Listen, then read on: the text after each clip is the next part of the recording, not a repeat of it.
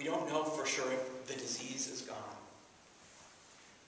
or what has made him crippled or an invalid is gone, but we do know he gets up and walks. So there is some fascinating and powerful miracle in that. But we do know that Jesus invites him into community and into a wholeness that he has not known because of his illness.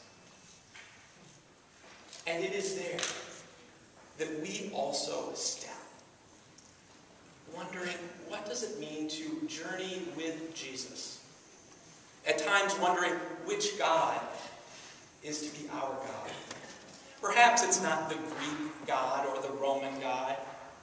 Perhaps it's what physical God has become our own. Or are we leading up to? How much money do we aspire to as our God? Or how big a house? Or how much we have to do one thing or another to make our lives a little richer and fuller? Or perhaps it can have to be with what it means to be in a multicultural and multi-faith community and wondering, what is my purpose? What do I really believe? What do I hold fast to? And then what happens when Jesus steps into our midst and says, are you willing to be remade new? Are you willing to be made well, whole? To allow the illness that might separate you from your neighbor, your family members, the very community into which you are born.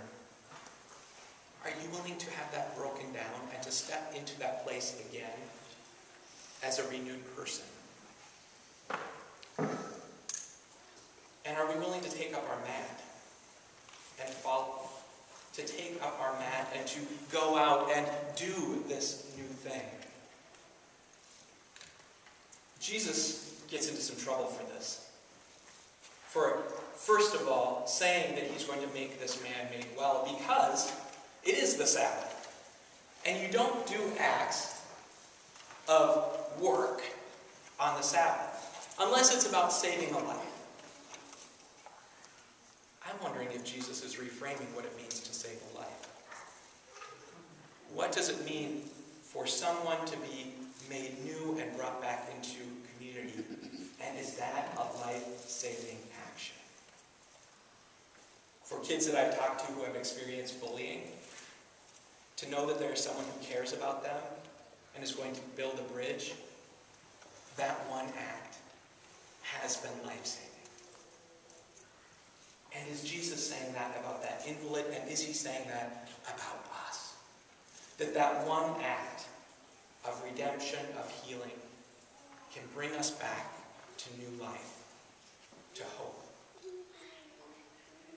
So we step into that place with the invalid, and we hear that Jesus does this work on the Sabbath.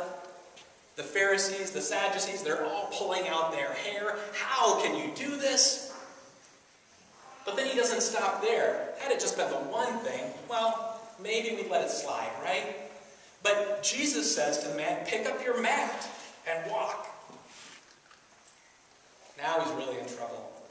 If you go back to the prophet Jeremiah, you were not to do work on the Sabbath. And one of those acts that is expressly prohibited is picking up your mat and walking past the gate of Jerusalem. Jesus has just done this. Has told this man to break the law himself. In a sense saying, I've broken the law as we've understood it. Now you get to join in this little conspiracy. And let's see how far it goes. How does that feel to you? Some of you have broken church law here at Calvary. Some of you have been willing to challenge yourselves and step out of the comfort zone and to put your trust into a place of healing and renewal. And sometimes in a corporate sphere that can be a lot easier than it can be at an individual level. What does it mean for us as individuals to step out and put our trust in one that is bigger than us, one that inspires belief and purpose? Now to you all, coming here today as the extended Lewis family, you're going to be coming up to this water. Now, it's no pool of Bethzatha. We're not waiting for the water to get stirred up by some wind, although it is going to be stirred up with a lot of people around it. And you're going to have the 3 children come up here to be baptized. And that baptism says and it means something.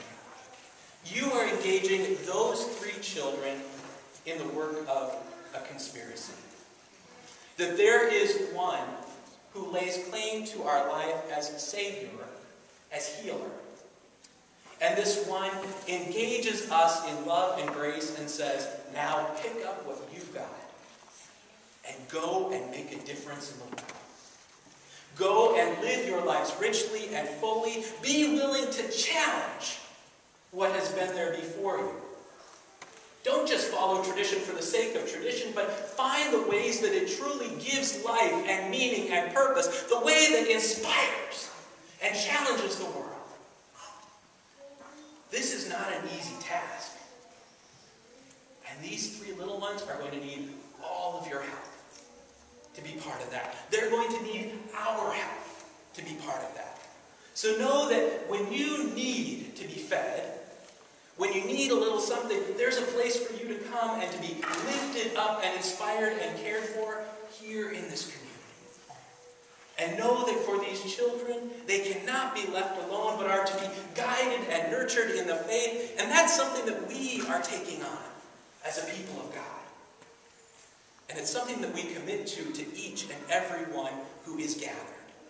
That when that water is there before us and we are told to pick up our mats and go, that we are called and claimed and renewed and healed to do it in a powerful and wonderful way. It may not take away every disease we've ever known, but it will bring healing to the illness in our lives, in our community, and in our world.